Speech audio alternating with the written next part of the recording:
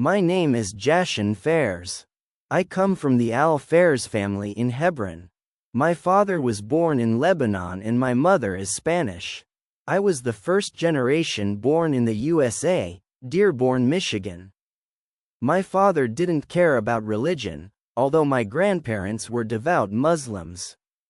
I imagine that his choice and path in life saddened them. Needless to say, my siblings and I were born without a specific religion.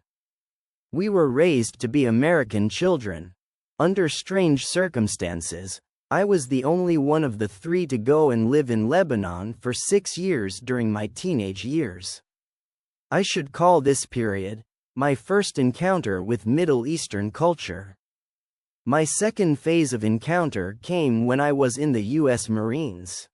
I led the invasion of Iraq, not a war one agreed with, but I was a soldier doing his job. In Fallujah and other areas of Al-Anbar province, I got to know the locals. I had witnessed other Arabs during Ramadan over the years. I had seen how devoted they were to their religion. Unfortunately, I was shot in Iraq and lost a kidney, but that's the way Allah wants it. I had always believed that everything happens for a reason. When I came home, I was depressed and felt like I had nothing to go on in life. I was used to having a routine and now it had been taken away from me. My relationship at the time had fallen apart. I was alone. My grandparents mentioned Islam, as did my aunt. During the month of August 2008, I read the Quran.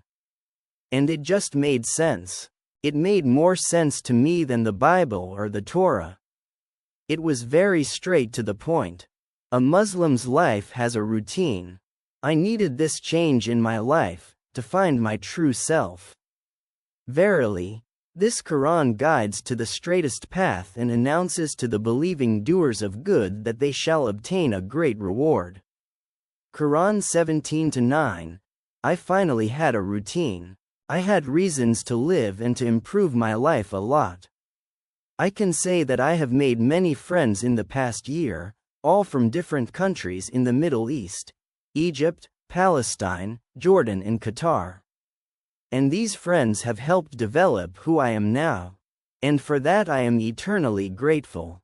This year I witnessed my second Ramadan.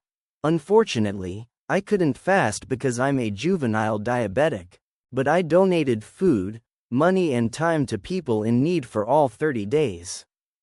And this year is special because my birthday falls on Eid al-Fitr. And although I'm stuck here in the US, alone, I'm not alone. People in Muslim communities treat me like another member of the family.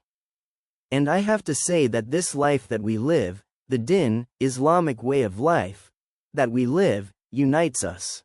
It unites us and makes us brothers and sisters every day of our lives, even without feasts.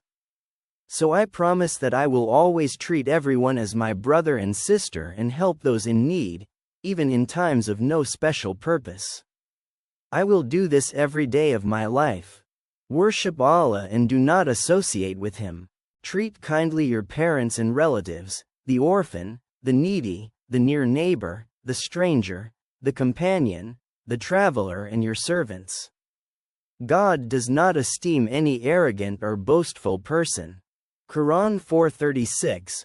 I love Ramadan and what it represents. It reminds us of what it means to be a good Muslim. But I propose that we make every day of our lives like Ramadan and share it with our fellow Muslims. As Muslims we can make this world a better place, regardless of how the media tries to project us and how ignorant people believe us to be. We can honestly make this world a better place. Remain forgiving, order the good and flee from the unwise. Al-Arif 7-199. We should never try to impose God on anyone, but we should correctly inform those concerned. That's how they did it to me. I have come a long way with the support and help of my brothers and sisters, my friends and family in Islam. I chose Islam because it is part of who I am. I went back to what my family believed in. Now I live as they do. All this because they suggested I read the Quran. I'm happy and proud of myself for doing so. The Quran led me to find my true self. Now my God has a name, Allah.